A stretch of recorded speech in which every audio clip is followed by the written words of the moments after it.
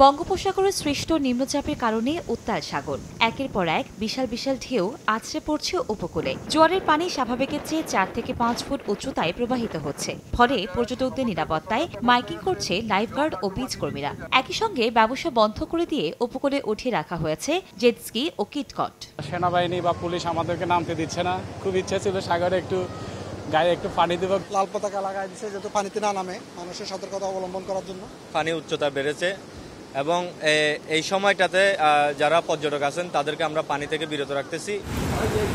এদিকে উত্তাল হয়ে উঠেছে কুয়াকাটা সংলগ্ন বঙ্গোপসাগর। বড় বড় ঢেউ আছড়ে পড়ছে তীরে, বেড়েছে নদ নদীর পানির উচ্চতা। উপকূলীয় এলাকা দিয়ে ঝড়ো হাওয়া বয়ে যাওয়ার শঙ্কায় পটুয়াখালীর পায়রা সহ দেশের সব সমুদ্র বন্দরকে 3 নম্বর স্থানীয় সতর্ক সঙ্গে দেখিয়ে যেতে বলা হয়েছে। এদিকে মাছ ধরার ট্রলার সমূহকে নিরাপদ আশ্রয়ে যেতে বলা হয়েছে।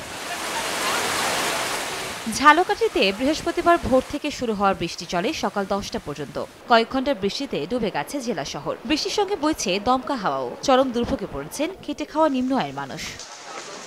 বৈরী আবহাওয়ায় বরিশাল নদীবন্দর থেকে অভ্যন্তরীণ নৌপথের সকল লঞ্চ চলাচল বন্ধ ঘোষণা করেছে বিআইডব্লিউটিএ। পরবর্তী নির্দেশ না দেওয়া পর্যন্ত ছোট লঞ্চ চলাচল বন্ধ থাকবে। মেহেন্দিগঞ্জ যাওয়ার উদ্দেশ্যে আসলাম, এখন ঘাটে আসার পরে দেখলাম যে লঞ্চ চলাচল বন্ধ। দমকা হাওয়া প্লাস বাস্তবিক পরিস্থিতির কারণে আমাদের উপকূলীয় এলাকা সহ আমাদের অভ্যন্তরীণ রুটের সমস্ত লঞ্চ চলাচল সকাল থেকে বন্ধ আছে।